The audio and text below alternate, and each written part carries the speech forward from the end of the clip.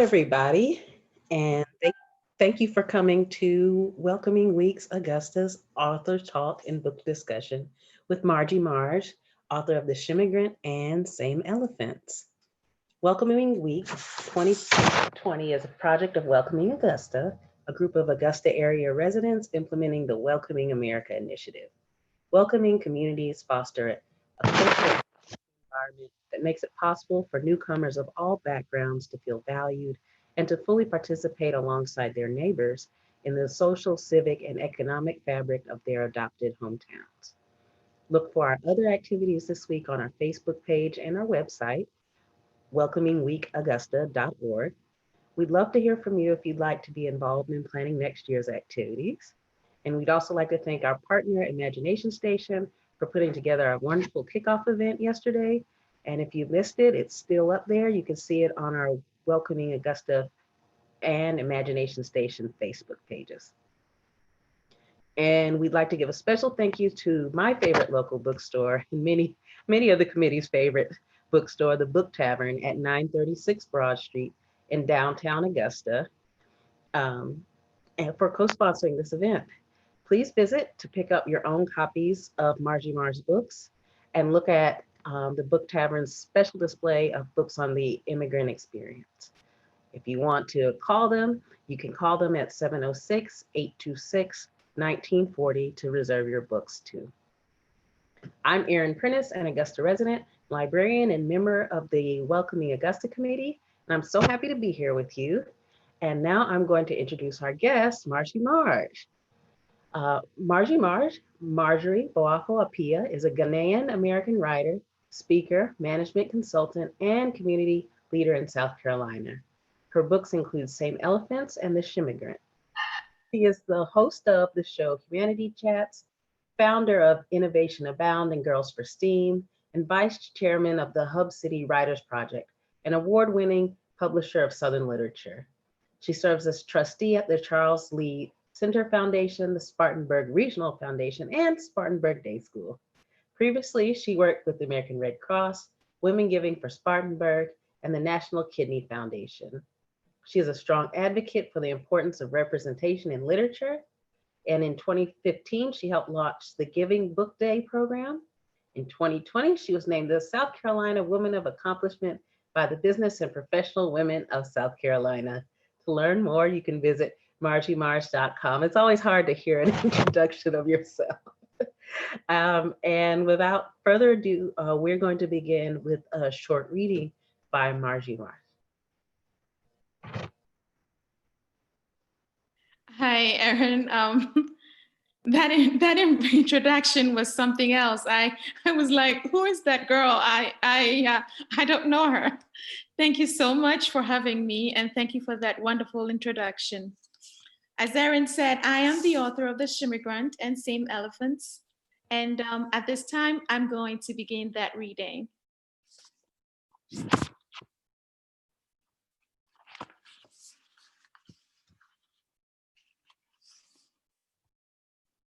Okay.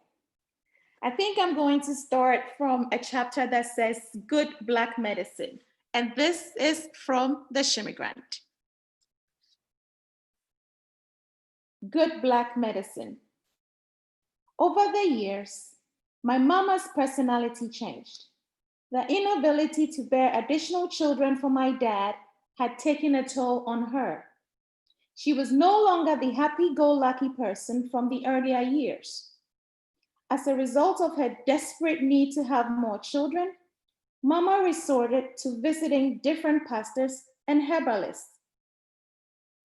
Our go-to herbalist was Papa John. Once a month, we will visit Papa in his hut. He lived in a village on the outskirts of Kumasi. We traveled by bone shaker and then by foot. Papa was a holy and revered man. We always took off our shoes and covered our heads before entering his hut. During our visits, Papa poured libation and called on the ancestors. He started by calling Chedian Ponyame, which is God, the omnipotent God. Then he called on Asasia, Mother Earth. As a sign of appreciation, we always offered Papa with gifts. We will place the items by the shrine and watch him perform his customary rites. Papa was known to be a soothsayer. He had the ability to predict the future. There was even a rumor that Papa had predicted that Ghana will be ruled by Johns until the presidency of the man with a royal name. Maybe Papa had a special gift. Despite his inexpensive fees, several important people traveled from afar to seek healing and guidance from Papa John. I always sat in awe when we visited him. I was amazed by his popularity. In my eyes, Papa was a magician. He had healed so many, including my bedridden uncle. Mama always adhered to Papa's instruction. After every consultation, he will pray for her, give her herbs, and offer a substance to sprinkle around the bedroom. He also gave me butter for my health. Butter was the powdery substance that I licked every morning when I was growing up. Mama said it was good for my health. And that was good Black medicine. That was actually one of my favorite chapters. So I really appreciate that. I think I'm going to go ahead and start with questions about the book, and then we'll segue into questions about how you became a writer and just your general amazing self. All right. All right. So this book is a coming of age tale. And like in the part that you read about the main character, her name is Sasha Ya Asantewa. Yes. Badu, excuse me, I forgot her last name, and her birth in Ghana through her young adulthood. And why did you choose to start from the beginning of her life in Ghana? Well, I write in my own voice. And as an immigrant, I have read stories. I have read several immigrant stories that seem to begin from when the person immigrated to that country. I wanted to show the culture where she came from. I thought that, okay, if we get the genesis and also we get to know her life before she went to that foreign land, it would give us a better understanding of her. And also it would give us an insight into that culture, because I was writing this book for so many people. Well, thank you so much. I really appreciate that. And um, going back to the excerpt that you read, the main character, Sasha's mother, Ama Badu, she felt very real to me. And can you talk to me about your inspiration for her? Well, Ama is a resilient woman, and I see her in so many women in my life, my mother included. My mom grew up in a polygamous household. Um, when we were growing up, it took forever before my brother came along. But my dad doesn't have as many wives as Sasha's dad in the book. But when you're writing fiction, you make up stuff as you go. So I just wanted to portray all the strong women that I see who sacrifice for their children, who want to make sure that their kids get the best of everything. And no matter where a person is coming from, a lot of the times it doesn't matter if a mother is poor or rich, highly educated or an illiterate. A mom just cares for their child. They just have the best interest for their child. Their child's success is theirs. Their pain is theirs. And that is my Ama Badu. Oh, thank you so much. And especially later in the book, if I think she would be so sad, to see some of the things that happened to her sweet child, her Sasha. Um, so let's see. Again, kind of going back to this part, the first half of the book does take place in Ghana, and you talk about some cultural practices that many Americans may not regularly see or participate in, like going to the herbalist, though that is definitely something, it's part of the African American tradition and part of the American tradition, but certainly not on the mainstream. You might see it in, some ridiculous horror movie or something. Um, and other things, yeah, going to the herbalist, polygamy, that sort of thing. But one experience that was very important to the story is how the main character becomes a domestic worker and moves from where she grew up to Accra and then later to the US. And domestic work in Ghana seems a little different than how we understand domestic work to be in the US. And can you talk a little bit more about what domestic work looks like in Ghana? Yes, gladly. In Ghana, in several households, they have people come from the villages, or they even have people who may live in the city who may be of a different economic stature, join them in their households and help them with the cleaning, such as, it's not everybody who has a washing machine. So they would have a domestic worker who would be hand washing the things, or will be working in the garden around the house, or helping take care of the kids, bathing the kids. So that is something that is a practice in Ghana. Unfortunately, it doesn't always go well, because there are times where people will leave their villages thinking that they're coming to the city to be with a nice family where they may be paid, or they may have the opportunity to get an education, and it doesn't happen. They're maltreated. So that is something that I wanted to shed a light on, because I think that people should be treated better.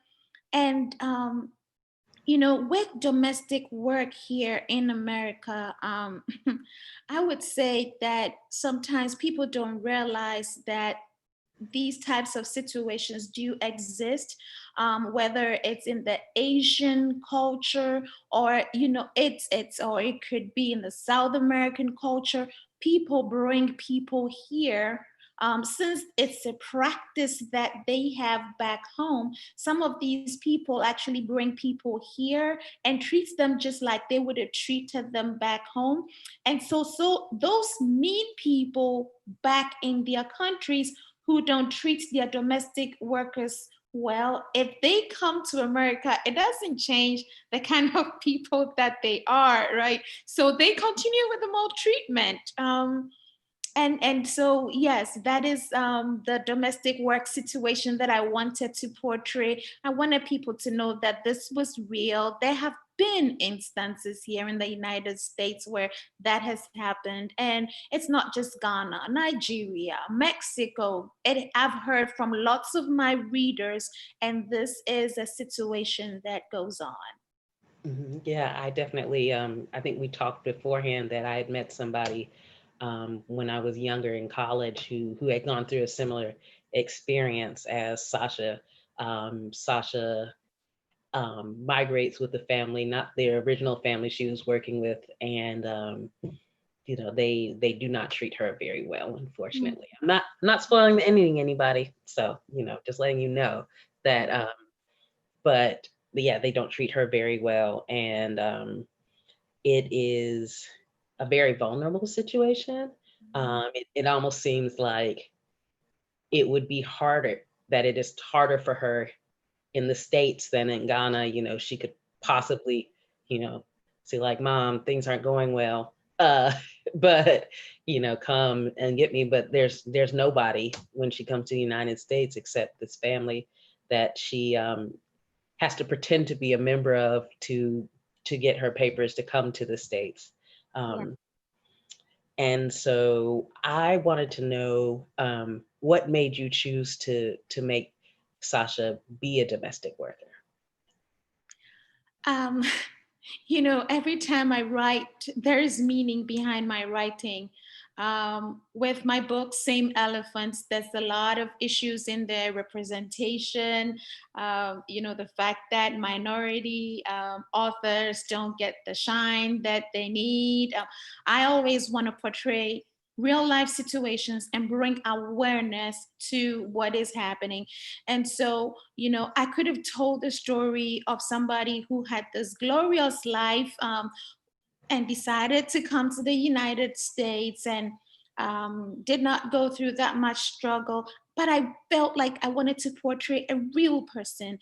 And for me, I got this idea when I was a little girl. I was probably 9 years old. I was in a school play and I was a maid. My name was Akosia Dor.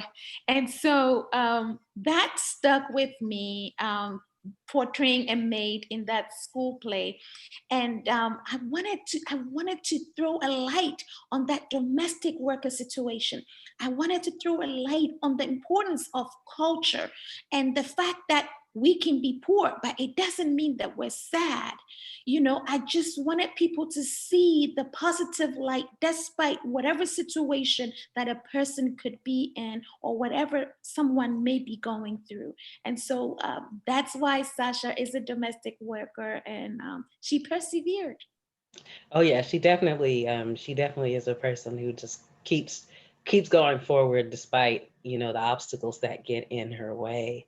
Um, Kind of leads me to my next question, which is some people may have a specific idea when they think of immigrants from Ghana or Africa in general. But in your book, you have our main character, Sasha, an immigrant, and she's financially insecure for most of the book. That's part of the reason why she becomes a domestic worker. And the Abans, who are the Abans, excuse me, they're a wealthy family. There's two families, correct? Um, um, and one of the families is a wealthy diplomat's family, and they're all coming to the U.S. And then we have Brother Kwabena, one of my favorites, and apparently a big reader favorite, who Uh-huh. is moving on up in his American dream, kind of a more, traditional up from the bootstraps immigrant type story. And can you talk a little bit about the diversity of the Ghanaian American community how um, and how you chose to portray all these different people with very different experiences in the book? Well, before I answer your question, I must say that I really did love Brakwabna, and I'm so sorry that my readers they get on me about him and his character. Um, yeah, he was an amazing man. The diversity in the book, sometimes people see immigrants in a certain light. That this person is an immigrant, and so they probably don't speak good English, or they're a thief, or all the bad things that they associate immigrants with. I just wanted people to see that there are different types of immigrants. Then we had those diplomats who lived in a house, and then we had Rakwabna who was doing well for himself, and we had Sasha who was, for lack of a better word, hustling. And then even back in Ghana, she lived in a bigger, better house than the house she moved to in New York. That house in Ghana was bigger and better than the diplomats in New York's house. I wanted people to understand that the fact that somebody is maybe coming from another country, even it be a third world country, or wherever the person is coming from, it doesn't necessarily mean that that person is backward or poor or low life. Just like in our American communities, we have different types of people. There are different types of people everywhere. And I wanted to show that in the book that, hey, there are some who are good, there are some who are thriving. And, yes, I hope my readers enjoyed that. Mhm. Oh, thank you, thank you. And one, this is not a question I prepared, but a question I've been thinking of. So I, um, in advance. So one of the things that I really liked about the book was kind of the original family that Sasha works for, kind of, I guess, their dual nature. They're kind of nice, but then again, they're a little shady. So, can you talk a little bit more about that family and what you were trying to get across with them? Well, basically, don't take things at face value. You were right. They're kind of nice, but then they're shady. Sometimes somebody you may think that somebody may be doing you a favor, but you don't know the kickback for that person. Yeah, and those types of people are everywhere.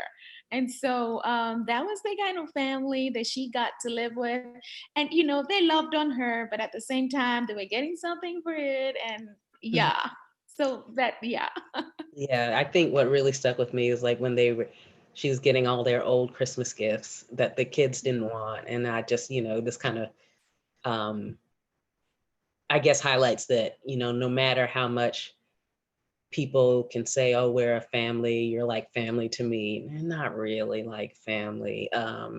If, like how much of family is that? And kind of highlighted the sort of class differences and how she was treated versus, of course, a true member of the family. So. Now, isn't that the truth though? Even, in a first world country where people have everything, sometimes you just get the seconds or you just get stuff that people don't like. Like if your birthday is December 26th, people come to your party and the gifts that they got on the 25th that they did not like, that's like, hey, happy birthday. No, it's definitely I would say it's probably a universal experience. Yeah. That's right. It reminds me of something I read in college, kind of about women who take care of other women's children, and how the employer will be like, oh, she's like family, but then just sort of like, untangling all of that. It's not quite like family. Not exactly. I know. Tell me about that. Yeah. So let's see. I'm looking at some of the other questions. Okay, here's a good one. Were there choices you made in the book that were difficult to make because you were afraid of the reaction of, or how it might portray, or how people might take the way it looks at Ghanaians or immigrants? And was that a consideration as you wrote? Well, I think that's a consideration for everybody when they're writing to make sure they don't put some sensitive information in there or, but this is fiction. And so that's the beauty of fiction. You make stuff up as you go, but then with your research, it does help you to portray it as a real life situation. So, I wrote from my heart. There were times where I was writing and crying because I get into my character's experience, So there are times where I'm so hype, I'm happy, and then there are times where I'm like, oh my God, So yeah. Mhm. I hope I answered your question. Oh yeah, no, that does help. And I have a question from the audience, and um, Susie wants to know, why did the first family that Sasha worked for limit the time she had with her mother when Amabadu, her mother, visits, especially when she had to travel so far to get there? That's the shady coming out, right? And I have lived in Ghana. My formative years, I lived in Ghana, so I saw the way people were treated, especially domestic workers and their families, being treated like secondhand citizens, would not even be allowed to enter the house. They would come and they would be sitting outside and just, they would not even be allowed to see what was going on inside. And so, and it was just acceptable. So I wanted to portray a real experience, and that's what my readers love. I've read some of the reviews on Amazon and Goodreads, and some of the reviews have also been personal, and they say, oh my God, this took me right back. Oh, I felt like I was living that experience. And that's what I love about the book. It's a very simple book, but regardless of, the person doesn't even have to be from Ghana, Nigeria, West Africa. No, regardless of where the person is coming from, they are able to identify with the theme, the overall theme in the book. And it takes you back. And also, if you're not an immigrant, it's still fine, because my African American brothers and sisters read it and they see the culture, and it's like, oh my goodness, I felt like I was in there and I was learning something. And my Caucasian friends read it and they're like, my Caucasian readers read it and they're like, oh my goodness, this is amazing. So I am so glad that everybody is enjoying the story, and the fact that, I told it from that perspective. Hey, thank you. Thank you so much. And let's see. So at one point, Sasha expresses that she doesn't want to go back to Ghana with nothing to show for having been in the United States. And as a result, she gets into another situation that puts her in another vulnerable position. Um, and this is actually a question from Natalia. And in her experience, she has talked with other immigrants and refugees who have expressed that same sense of shame that they're, not living this fabulous American dream. That if they came back to Ghana without something to show, it would create a great sense of shame. It's kind of familiar, like the great migration in the African American experience. People go north and want to do well, but things weren't always as they seemed. Can you talk about that sort of feeling of shame, and either whether it was from your experience or not, or from others that you have met or known, that sort of things aren't going so well, and they just feel demoralized? Well, I would say that I think almost every immigrant, unless things are so perfect for them, when they go back home, they want to take something home, even if it's for a short visit. You want to take something with you home, whether it's some nice clothes to, when you're younger, whether it's some nice clothes to show off, or sometimes you even want to slang a little bit and speak like, oh, I went to America, or I went to London, and so I say mommy and daddy, or just, it's just part of the experience. And, it's like you have people back home and they're doing well. They stayed and they're doing well. And so you travel and things are hard and you're thinking about going home, but you don't just want to go and be like, so you went all the way and you have nothing to show for it. It's something that I think it's universal, whether you're from Russia or Ireland or Ghana or Honduras. You want to, when you go back, you just, you want to show that, okay, I did something with my life. Whatever it is that you came to do. If you came in to be a living nanny, you want to save your money because you want to be able to take something home, or maybe go build a house back home. If you came to school, you want to go back with your degree so you can get that job because you did come to school and you don't want to flunk out. Or yeah, so it's I think it's universal. What do you think? I think, especially with, it's very expensive to come to the States, come to live, and Sasha doesn't get here just because the family, well, we know the family's not very nice, but they basically say, you all have to get your money together to send this child to work for us, which is pretty depressing. And so it just seems like you know, a lot of immigrants have a lot of not only their own hopes and dreams, but the hopes and dreams in others and the financial resources of others kind of at their back, which kind of makes you, I can see that being very, as both a motivator and also a source of stress for Sasha and other immigrants. Yeah, I agree. Mhm. Let's see, I have another question um, from the audience, from Valerie, which is, how much of Sasha's life was inspired by your own, if any? Well, you know, Sasha has a very different life from my life, but then there are lots of things that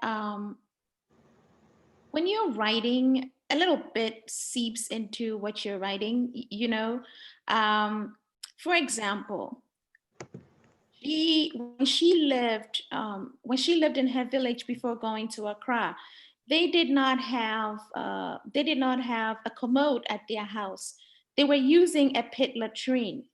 um, I was able to portray that vividly because at some point in my life, I lived in a town where I had to use a pit latrine.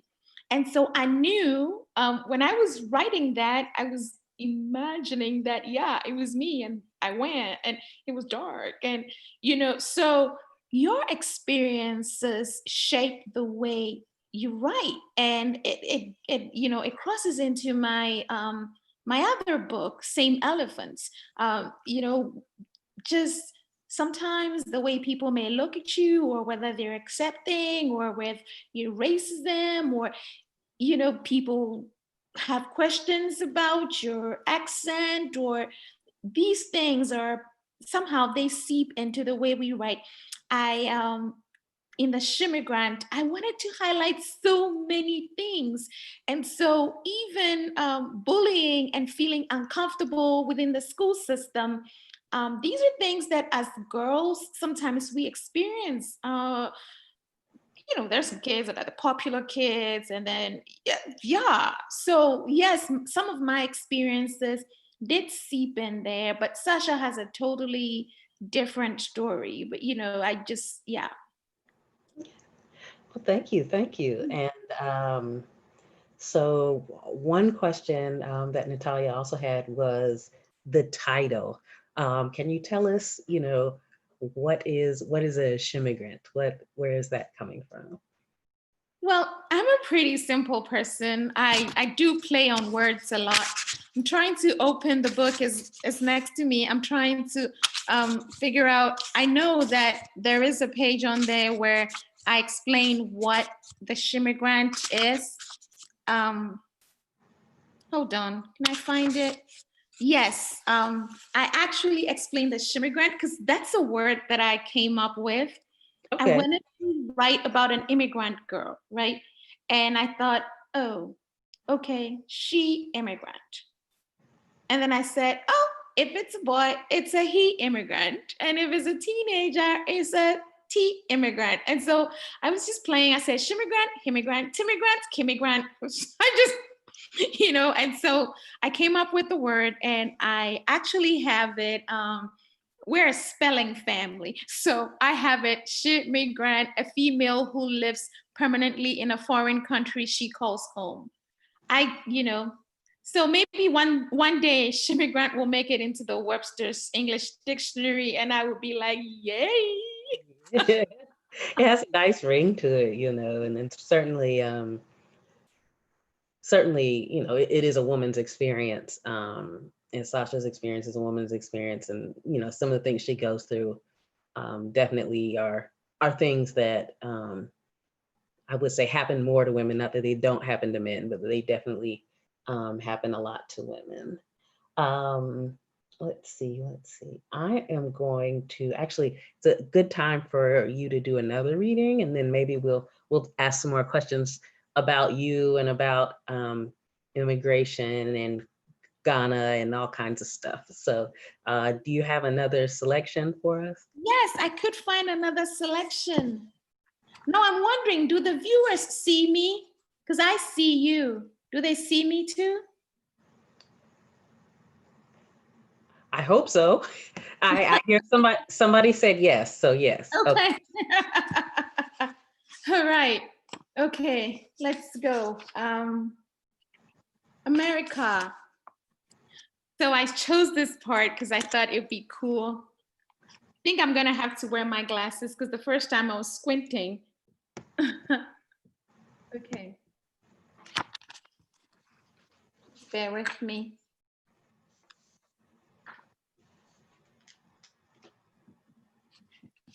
Welcome for real. America. Couldn't believe that I was traveling to America.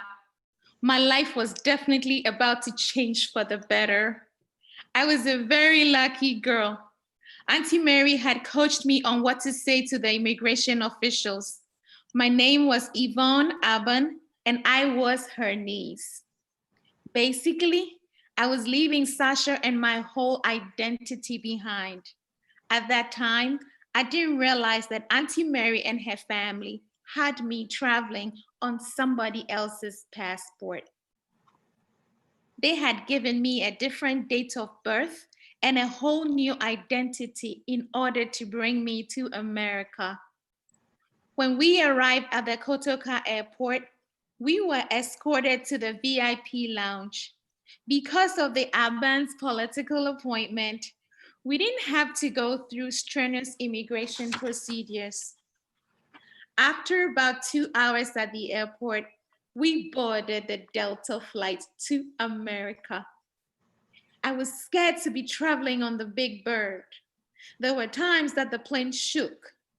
At that time, I didn't know what turbulence was.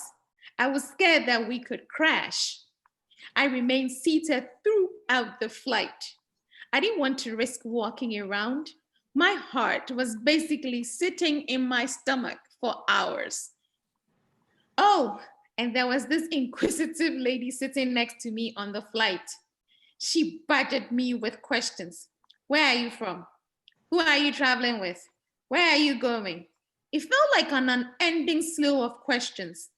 When she asked about the whereabouts of my family, I told her that Auntie Mary was sitting in one of the seats up front. Yes, Auntie and the rest of the family traveled by business class while I sat in coach. I didn't know the difference. I was just happy to be on a plane traveling to America. The flight lasted all night. By morning, we arrived in New York. Going through immigration was a breeze. Back then, customs did not have complicated biometric machines. No, they did not detect that I was traveling on another person's passport. Maybe my ignorance helped. I did not know that I was committing a crime. I just assumed that it was okay to travel as someone else. After going through customs at JFK Airport, a delegation from the Ghana embassy met us and drove us to the Aban's future home. As we drove through the streets of New York, I couldn't help but to marvel at all the cars on the road. I didn't see any of the bone shakers that I was used to traveling in. Even the buses looked very nice on the outside. I looked around for street hawkers, but to my surprise, there were none on the roads. The ride was smooth. No bumpy roads. America was beautiful. All the cars stayed in their lanes and traveled in the same direction. Ish, America was nice. Yeah. Thanks for sharing Sasha's first impressions. Unfortunately, things you know, don't don't go too. This is probably the highlight so far, the honeymoon period, as we say, for her. So I have a couple more questions from the audience. So, and you must have known one of these questions was coming up. So Valerie would like to know, what is a bone shaker and where did it get its name? And is it a particularly shaky form of transportation? Oh yes, the bone shaker. Where when I was in boarding school, we didn't have a school bus back then. Now my alma mater has a bus, but we used to travel in the bone shaker. It's like, how do I even explain it? It's it's um it's kind of like a big pickup truck with wood, and so and the seats are not comfy. They're like little benches in there. And so when you're sitting in there, every time you fall in a pothole, you kind of fall with it. You know, you go boom, boom, boom, boom, boom. Yeah. So that's a bone shaker. Yeah, and we used to travel with that, especially going to like the villages. You would have to board a bone shaker. Yeah. Yeah, that definitely sounds like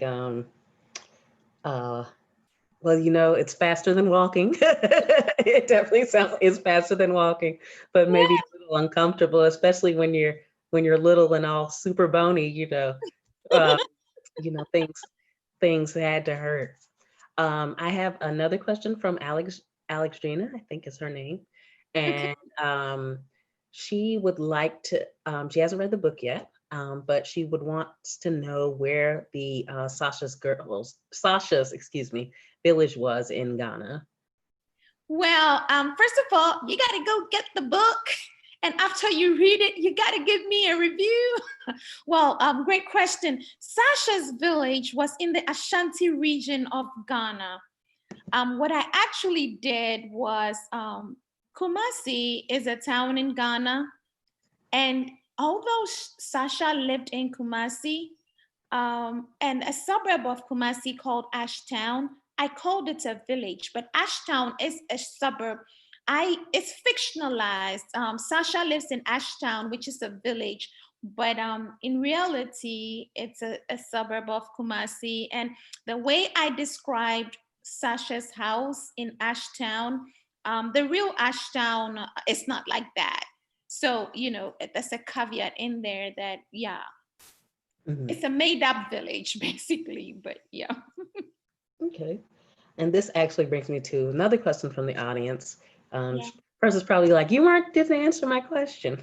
So I'm in wanted to ask about, he was saying, multiculturalism is a thing we often think of as, something that's special to the US, but, it's not. So can you talk about what that looks like in Ghana, multiculturalism? Well, in Ghana, there are several tribes, and each tribe kind of has their own traditions, and we all try to survive together. For example, I am from the Ethiopian tribe. My husband is Ashanti. He has a different accent from me. Um, he makes fun of me sometimes because in my local dialect, when you wanna cuss somebody out, you even say please, like please, you're a fool. That's my yeah. So who says that? Yeah, yeah, that's fake. But my language is so respectful that you might think the person is really being respectful, but it's the language, And so my idea of yeah, it can't roll off my tongue, but it is everywhere. Different cultures trying to coexist, and sometimes it's hard. It's not just cultural, it's also religion. There are Muslims, there are Christians, there are people that are practicing the traditional religion, but we can really coexist. And in my second book, which is Same Elephants, it actually tackles that, in that the four women who are friends, one is Jewish, the other is a Muslim, there's one who is an atheist, and then there's the Christian chick, and they're able to sustain their friendship. So yeah, we've just got to be tolerant of each other and try to be more accepting and appreciate other cultures. That's another thing, appreciating other cultures. And I see that In Africa, it's happening more now. People from Ghana they have the geles that the Nigerian women have on, and they're showing off their swag in their geles. Accepting other cultures, not forgetting your own, but accepting other cultures, because we really are all one people and one race, the human race. Well, thank you so much. Thank you. Pivoting back to questions about kind of you. So how did you become a writer? Is that something you always have done, or is it something you decided to do later on in life? Could you please come again with your question? Oh, okay. How did you become a writer? Is it something you've always done or wanted to do, or something you decided to do later in life? I've always written, even when I was in primary school, I was writing. I was part of the drama club. When I was in secondary school, which you would call middle and high school, I was writing, performing in plays, and so that's something that I've always liked to do. And I guess I have always wanted to write books, and so I took it seriously. Took some creative writing courses took a creating writing course at Duke, to write from the reader's perspective. And so, yes, I wanted to pursue my dreams. Well, thank you. Thank you so much. Well, yeah, it's lovely to hear that you were able to, put pen to paper and write these 2 books. So many of us who want to write don't ever make it to that point. So you did. I'm actually seeing that in the comments, Abina Asante is saying she remembers the bone shaker. If you're a lady wearing a dress or a skirt, you have to be very strategic on how you climb onto that bone shaker, ensuring that there is no free show. I can only imagine. I can only imagine, trying to, 1, hold on, and 2, try to stay ladylike. Yeah, I know. Challenge. All right. So one of the questions, and I forgot who asked it. We got a question, I think by email. The question was how, well, actually, I'm going to ask another question first so we can get Keep them So coming. how did you come to settle in South Carolina? The US is a huge country. So how did you, come here to the States and then make it to South Carolina? I'd like to say that I really loved South Carolina and that's why I moved here, but no. My husband actually saw a flyer on his table about a job that was being advertised in South Carolina. And so he decided that he was going to apply for the job, and he did, and here we are, years later. Yes. Okay, well, thanks. And so speaking of, well, what do you like most about South Carolina? Oh my goodness, I love South Carolina. I love the people here. So friendly. Of course, we have the bad nuts. I would not dispute that. But my community, I love the people in my community. I have friends who are like family. And, they could be Caucasian, they could be African American, they could be Latino. I mean, it's amazing, very supportive. I have this friend, Mary Thomas. She will cook. We would go to her house. She would have her whole family there. It's like an American dream kind of thing. We all played cards. We would dance. It is unbelievable. And then I have a friend, Araceli Hernandez LaRoche. She's such an inclusive person, would recommend me for anything and everything. And I would hang out with her. She would invite me to whatchamacallit, she would invite me if Hispanic Alliance is having something. I have this friend, Loretta Diligeri, she's from Albania. She threw my book launch.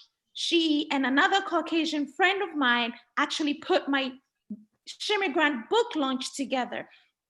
So it's like this fabric, and there are the negatives, but Spartanburg, South Carolina is truly home. All these wonderful people that I have met who have embraced me, who have embraced my family. And then, to the bad people, I'm gonna throw them some shade. Yeah. Yeah. So speaking of, well, I have a couple more questions from the audience, so I will Okay. ask those. This is an interesting one from Amy. She says, "What would your young protagonist think of Ghana's year of return?" So what would Sasha think of that? And I guess we can also ask, what do you think of that? Well, Amy Curtis, that's a hard question. Well, I love the year of return. I went and I took books written by authors of African descent because I'm a big representation matters kind of person. We launched Project Lit in Ghana, had students picking books. I visited several schools. I went to the secondary schools, which would be like middle and high schools. And then I went to the primary schools, hang out with the kids. I traveled around the country. I went to Kumasi. We did a book thing. My son did a book initiative with Sage Literacy Foundation in Kumasi. So we were there as well. I loved it. And so I'm thinking that if Sasha had the funds, she would have probably gone to be a part of the year of return. And my third book actually has Sasha going to Ghana. So, I love that book. I am so enjoying that process. It's like so awesome. So so I think, thank you for asking that, Amy. Yeah, it was a great question. It's a great And question. I see that Mary Arthur says she's an Augusta resident and she will get the book.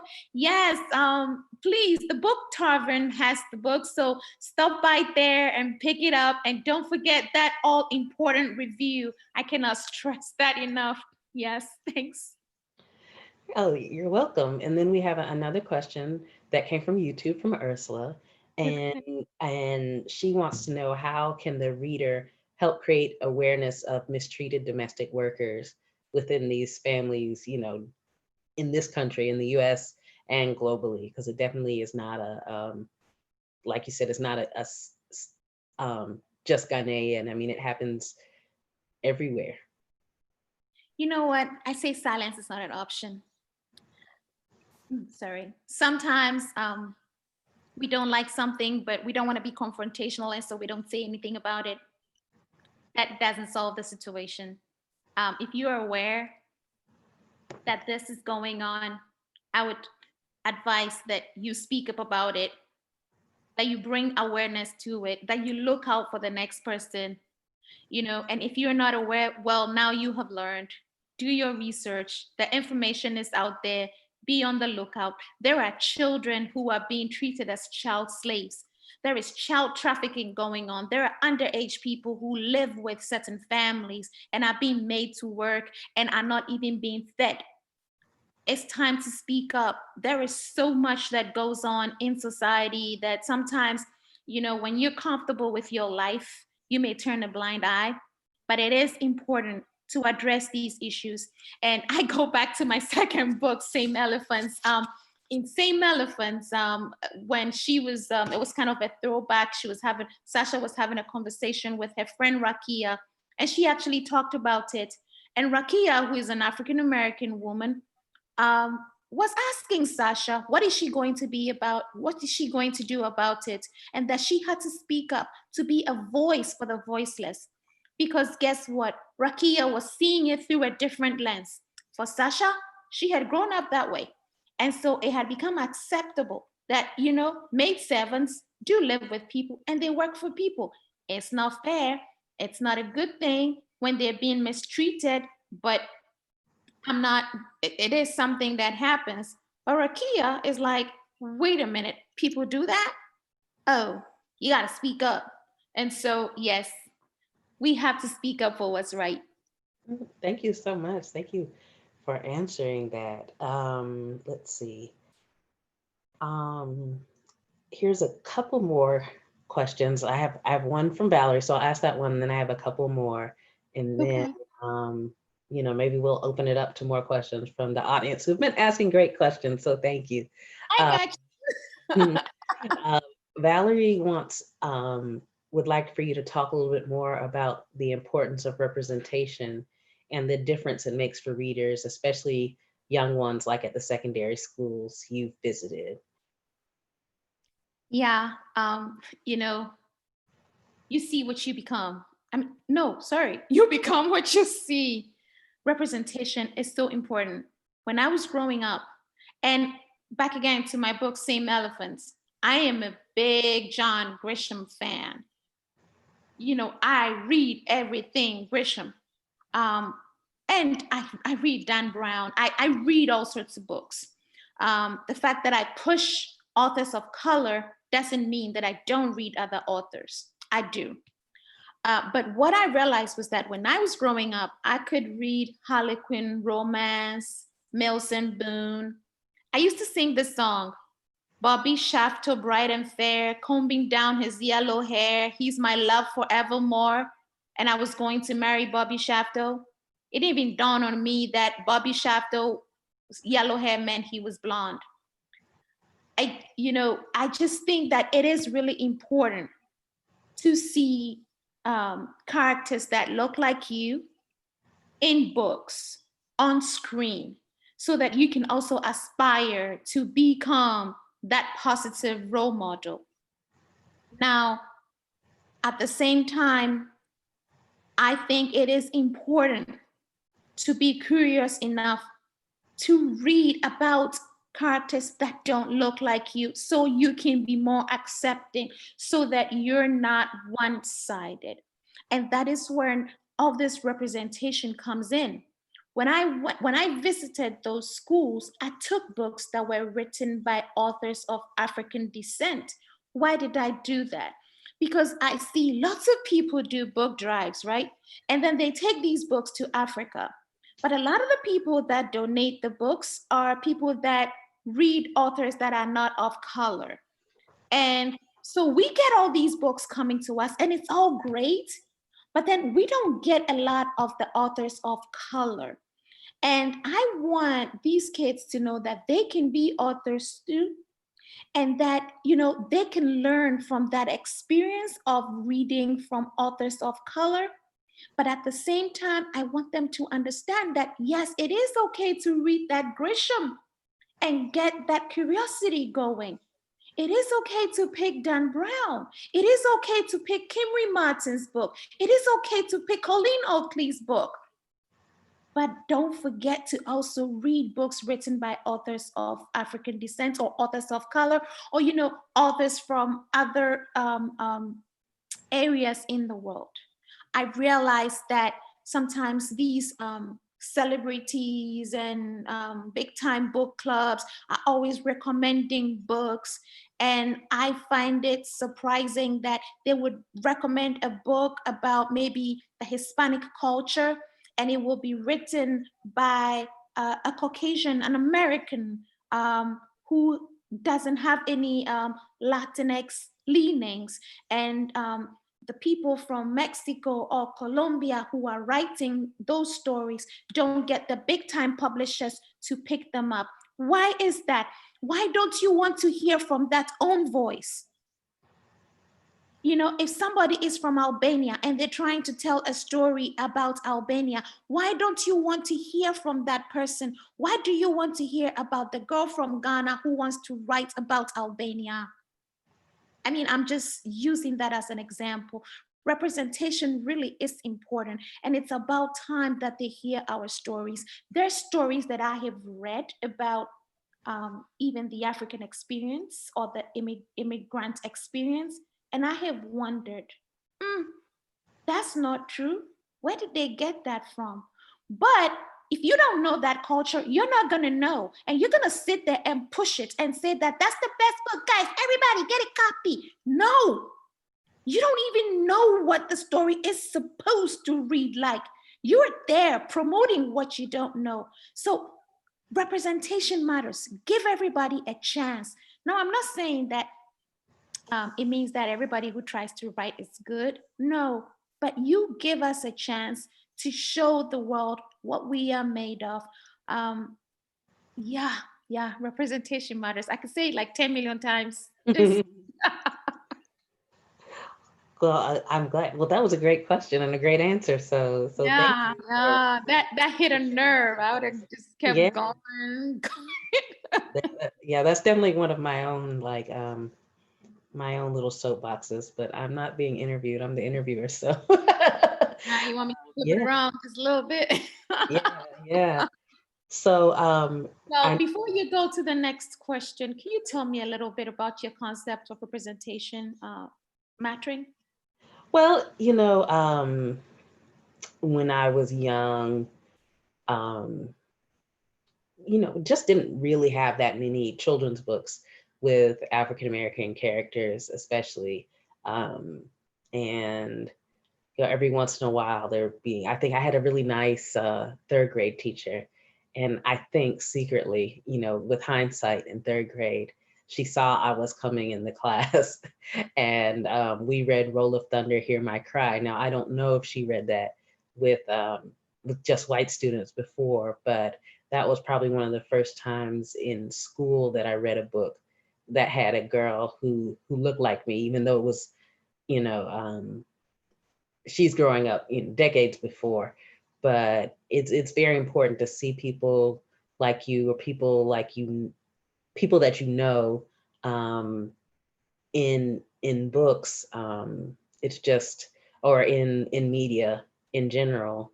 And I think that's something that is definitely being promoted more and more these days, and hopefully it will continue. I know that often that there's kind of waves crest where everybody will be like, yeah, we want, all books with people in color, movies, TV shows, yay, yay, yay. And then there'll be like a bust period where it's like, nope, right now we're not interested in your stories. And so hopefully where we are now continues to grow with all the social movements going on, and just sort of the way the country is changing. I think most children born today in the US are children of color. So, in some way, probably the things are going to change, even if the people don't change their minds, if that makes sense, because, they're young and maybe I'm not as young as I used to be. Some of us aren't as young as we used to be. And so the demographics will be the destiny maybe. So, but those are my thoughts. Thank you for asking. Well, those are powerful thoughts. I mean, you going back to your third grade teacher, I think I read somewhere that, kids' impressions, they form that early based on what they see. And back to Same Elephants, the book talks about, the kind of books that are introduced at the elementary level, where you actually get to know that, oh, these people are like me. And as I said before, when I talk about books written by authors of color, I am not discounting that there are great books out there. I do understand that there are great books out there, and to learn, you should be open to reading all material, but you should not read all material at the detriment of not reading work that is written by minorities. And it's just not people. It's not I'm not just saying about people of African descent. I am talking about, people who are Jewish, or, it just put people who are Muslim, people from the Middle East, you have to open your eyes and learn about other cultures. And when you do that, you don't tend to be as judgmental when you learn that, oh my goodness, people from India, look at the wedding, is how many days? Oh, that's beautiful. Look at that. It's just beautiful culture. Being exposed to it we should open up our minds and be accepting of that. You know, when I went to Ghana last year, I told you I took books with authors of African descent, you know, Nick Stone, Angie Thomas, Kwame Alexander. Mhm. I am big into that. And then when I got into Ghana, I actually got books written by people from Ghana, from Nigeria. You know, when I say African descent, I just don't mean people in North America. You know, there are writers everywhere. Evaristo is in England. You know, there are so many writers everywhere, and you just want to introduce these kids to that work. Yeah, it's a special feeling when you can see yourself in something in that way. It Your talking reminded me about how I don't know, I've read it several times, but people will say, you know, as people of color, we are often, you know, easily uh, consuming media with white protagonists. You know, it's like I loved Matilda as a child. I loved oh gosh, what was it? Ramona Quimby, age 8, you know, and that was, you know, just an easy thing. But some people feel like, oh, you know, if it's a book by people of color, it's not a book for me. You know, I've had somebody say that to me, and I'll be like, no, no. I mean, there's no reason you can't read it. There's no you know, all money is green. They'll happily take your money for you to read the book. You know, it's you know, writing is for everyone, and so that people should definitely, you know, read. Uh, Feel comfortable in reading outside of their own experience, as well as reading books that reflect them, because that makes you feel seen Yeah. in so many ways. Yeah, I actually I used to sing. Did you ever watch Sound of Music? I think I've watched, let me be honest and say, I think I've watched like 20 minutes, but okay. I know what it is though. I did watch Sound of Music. Not, I mean, and I was just singing do, a dear, a female dear. Like, you know, the same way that I'm able to do that, you should be able to read stuff that we write to and see things from our perspective. I mean, Nick Stone's Dear Martin, and she's coming up with Dear Justice. I think it's something that people should reach out and read and learn more. It's a simple book, but then it gives an insight to the African American young male and how sometimes people put them in a box. Okay, thank you. And I guess a couple more questions, because I could probably stay here all night, but Monday it does come. um, so if you could talk a little bit about how Ghanaian Americans sort of keep their heritage and connections to Ghana alive, because it can be, um, you know, it's people want to hold on to who they are, and so how do you do that, and how does a Ghanaian community in Spartanburg or around in South Carolina, um, how do they maintain that connection? For me, two words: jollof rice and music. We eat jollof rice in my house. I don't know how many times in a week. Well, jollof rice is a Ghanaian dish, it's a delicacy. And I love making it because it's so simple and I can store it in the freezer and they can keep microwaving it. So, but it is a Ghanaian dish and it's actually called Spanish rice also. And so, but it's not just the food. The music is great. Beyonce just came out with her new album, Black is King, and she had some African artists on there. You listen to it and you just get into that groove, and it reminds you about the culture. It's really cool the way the culture is being integrated. Sometimes the English is a problem. It's being, you know what I'm trying to say. Yeah. And so the music is key, and also by reading books about culture, and getting yourself immersed in it, because I believe that the youth need to know what our history is, wherever you're coming from. It's important to teach your kids so that they establish that identity. And, you know, if you're Irish, if your origins are Irish, if your origins are German, just teach them, because I believe that other than the Native Americans, everybody here is a descendant of somebody who came from somewhere, whether they came here as immigrants or whether they were brought here forcefully, you know. And so it's important to know that this is the culture. And when I, you know, when I go to an African American church, it may be in English, and the dancing may be different, but when I see the ushers walk down the aisle, it's like it didn't change from Africa to America. That tradition, that, you know, the way that somebody can just scold my kid and be like, why are you wearing that? I love it. I love it. That is still, that is all culture, because I expect you to tell my kid if he's doing something wrong. I expect you to point it out. We are each other's keeper. And with the Ghanaian community, I know they have associations. You know, there's the Asante Mai Association. There is the Kwewu Mai, that's the different tribes, and they keep in touch that way. I know Nigerians will have the Igbos or the Yorubas.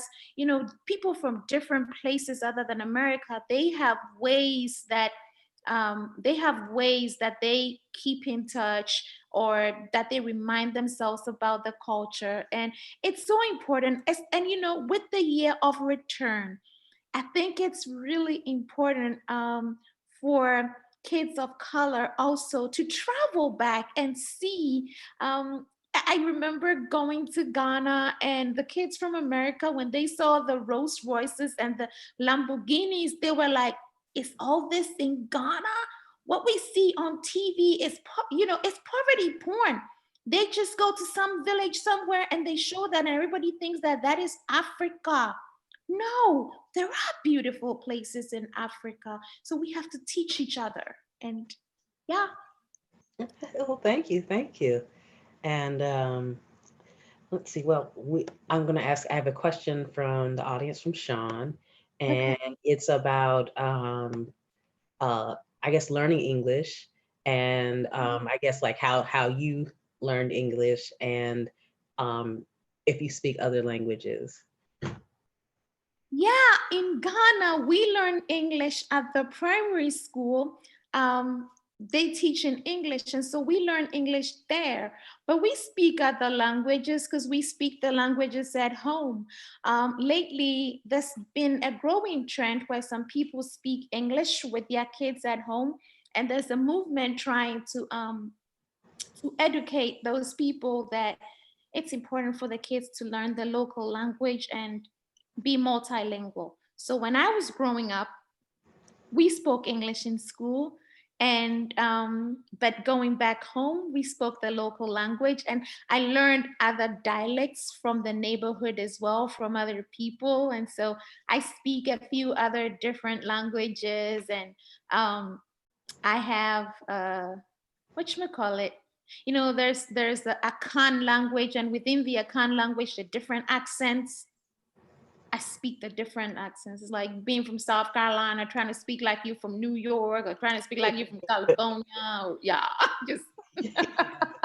Oh, that's pretty awesome. Well, thank you for answering that. And then I think we said Alexandrina has her hand raised, and I didn't know if you had a question, but if you do, you can just type it in, and I will definitely get it.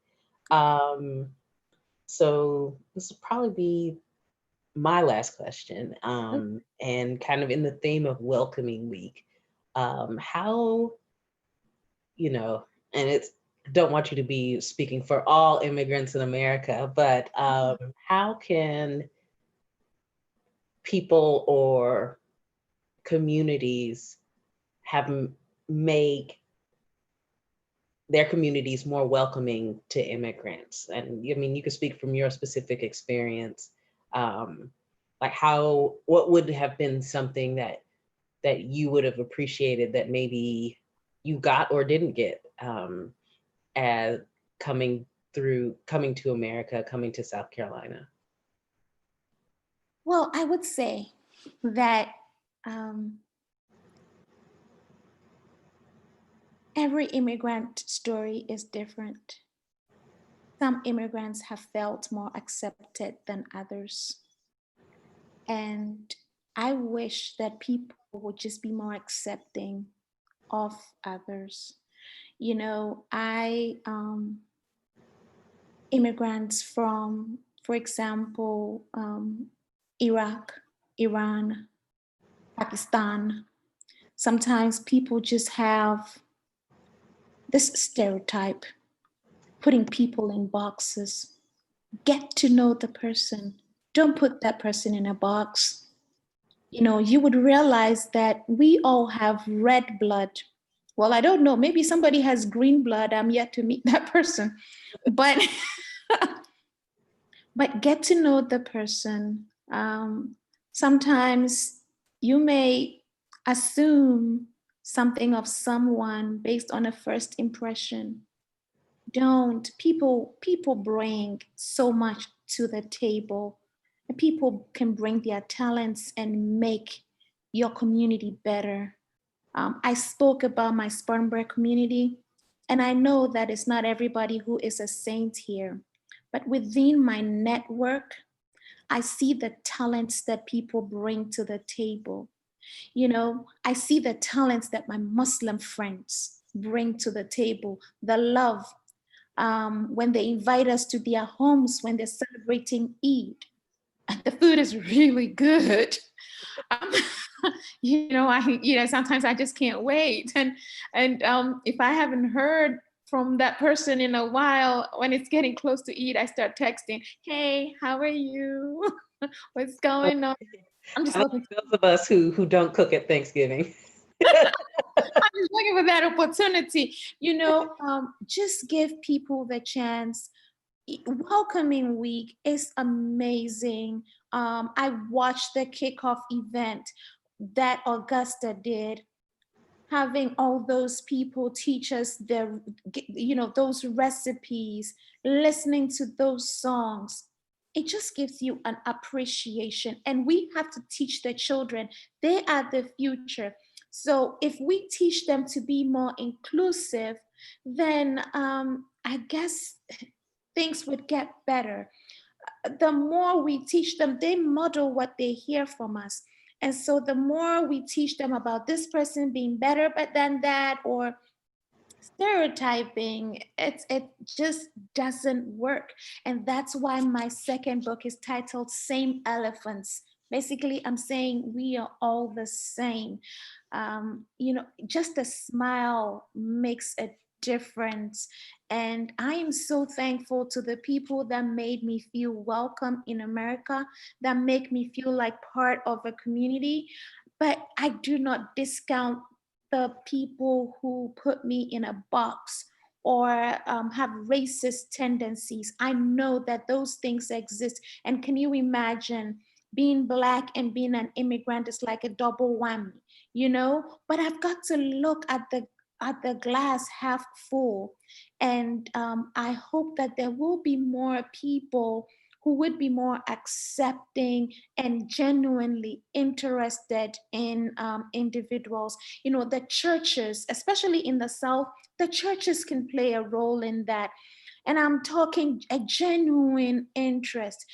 Sometimes the evangelical churches tend to even be the worst when it comes to stereotyping and putting people down. We are all worshiping that one God, whether we're worshiping him as Allah or whether we're worshiping him as God. We just have to be more tolerant and accepting of each other. I think Welcoming Week is a great way to do that. And I hope that a lot of other cities and YMCAs will adopt it so that they can teach their communities even more to be accepting. Oh, well, thank you. Thank you so much. And that kind of asked a question from the audience that I forgot to ask, which was how have you succeeded as an immigrant in spite of racism? And so I think you spoke to that in your answer. And one more, the last thing I just want to ask you is like, is there anything else that we haven't talked about or that you want to share about you, your work, anything you want us to know? Well, there is so much. I've been talking, talking, talking. I know, I'm sorry. Oh no, no, no! I enjoy talking. Can't you tell? I could talk. I could talk for 100 years. Well, I on Thursdays I have a show called Humanity Chats that I do on Marjy TV, which is on Facebook and YouTube. It also streams on my Twitter page.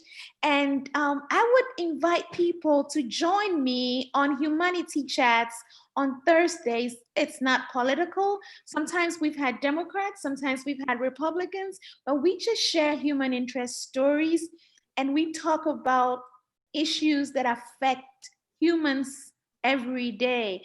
2 weeks ago, we talked about childhood cancer. Last week, this past Thursday, we talked about the census. We have talked about racial inequities, being bold, so many topics, COVID-19 and how it's impacting us, and, pediatricians. We've talked about so many things. We have strong guests coming on right through December, and we're going to be talking about the importance of voting, having your voice heard, surviving COVID-19. So I invite you to subscribe to Marjy TV, Marjy TV, or follow Marjy TV on Facebook. Let's do this together. Let's make this world a better place. Tell your friends. And if you enjoyed my books, if you've read my books and you enjoyed it, please give a review. Tell somebody else about it. Let's spread the word. If you're done reading, you can even gift it to the next person. And don't just read my books. Read the other books that are recommended with it. Let's spread the love. Let's read more books. Share the spirit of unity and being human. Well, thank you so much. And I just want to say I got Alex Drina wants me to remind people where to buy the book. So if you're in the Augusta area, you can pick it up at the Book Tavern in downtown Augusta. It's on Broad Street, and they have copies. It can also be bought online as well. I know it's probably on all the big um, bookseller sites. And Yeah, it's on Amazon bookshop.org. You can support your local independent bookstore when you buy it on bookshop.org. thank you, thank you. Yeah. You're in Spartanburg. Hub City is open. We have books. Okay. Yeah. Well, that will yeah. Please support Marjy Marj. And the other question was how to contact you.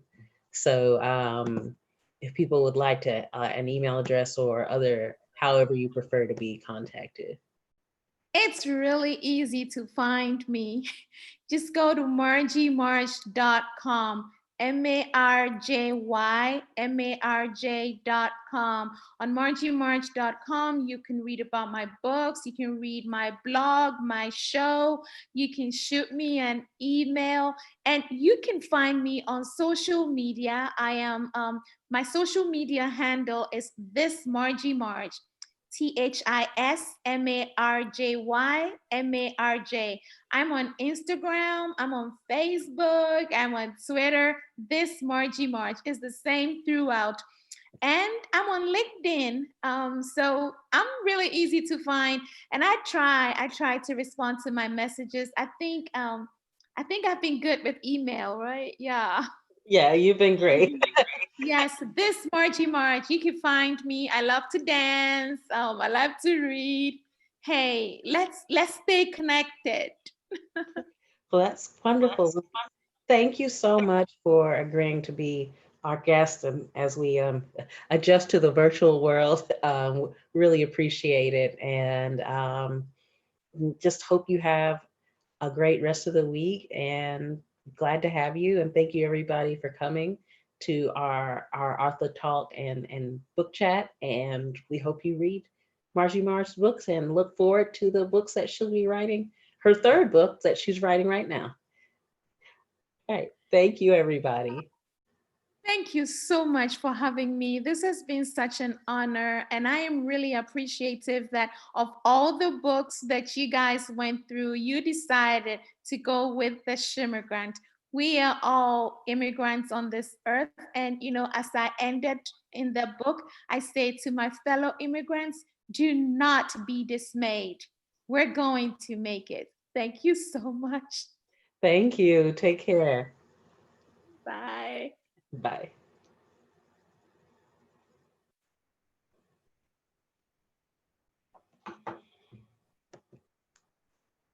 We talk?